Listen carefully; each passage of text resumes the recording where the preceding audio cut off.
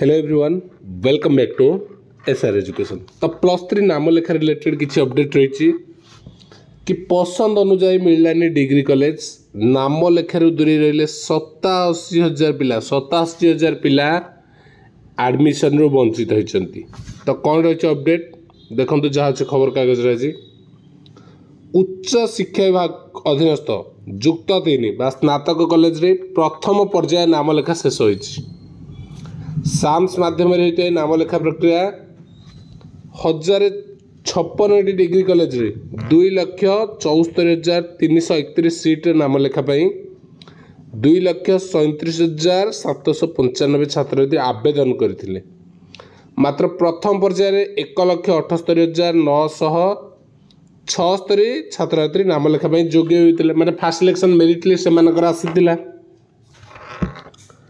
किंतु सेमानक मध्यरु 92,247 जन 92,247 जन नाम लिखाई 1,78,976 पिला सिलेक्शन हेले मात्र 92,247 जन नाम लिखिले। आर्ट्स रे होइतिबा 1,09,000 ताले केते पिला ना लिखै नांती ना एटा 78,000 अच्छी 92,000 78,8 पाखापाखि 86,000 85,000 प्लस ओके से आर्ट्स से सिलेक्शन ले 1,09,854 से 62,000 केवल ना लिखै तो पाखापाखि 49,000 48,000 समथिंग पिला एडमिशन करना आर्ट्स सेमती साइंस रे देखा 45,614 जन सिलेक्शन हेले 16,433 जन एडमिशन कले 45,000 मात्र 16,000 ताले केते पिला अप्लाई एडमिशन कले चिंता करंतु 16,000 गले केते पाखापाखि 30,000 सेमती वाणिज्य 17,000 रु 156 9,000 पाखे भी 10,000 7,000 पिला एडमिशन कले यही सबुथ रही कौन रही यार कारण जोटि 86,000 पाखापाखि पिला नाम लिखाई ना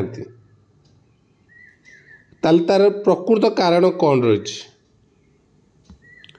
जहाँ अपडेट रही कि कॉलेज अध्यक्ष कहवा कथा एथर नाम लेखा प्रक्रिया स्लाइडिंग फ्लोटिंग आ फ्रीजिंग भली फ्रिज भाई ऑप्शन रही छात्र निज पसंद अनुजाई कॉलेज नाम लिखाइबा को अपेक्षा कर अर्थात से माने स्लाइड अभिंग कर तेणु प्रथम पर्याय चयन होता कॉलेज नाम लिखाई ना परवर्ती पर्यायर होगा नाम लेखारे से पसंद अनुजाई कॉलेज रे सीट मिल भावी से पदक्षेप नहीं।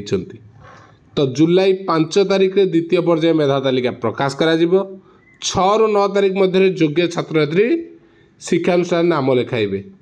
तो जुलाई 15 तारिख तृतीय पर्याय सीट अलॉटमेंट करा 15-18 तारिख रे ऑनलाइन नाम लेखा फी मध्य दाखल करेंगे। तेबे जो सेकेंड सिलेक्शन आसीबो से सेकेंड सिलेक्शन रे कट ऑफ मध्य अधिक जीवो कहीं जो पिला माने बळिचंती से माने फास्ट सिलेक्शन रे आसीथिले अर्थात भल मार्क मध्य रखिथिले। तो सेकेंड सिलेक्शन रे मध्य आसिले से माने जेतो एडमिशन करने तांको मार्क भी सिलेक्शन रे आसीबो। तो सेकेंड सिलेक्शन रो कट ऑफ मध्य किछि मात्रा अधिक जीवार आशा करा जाउछि। ओके तो एतिक रही अपडेट। Thank you.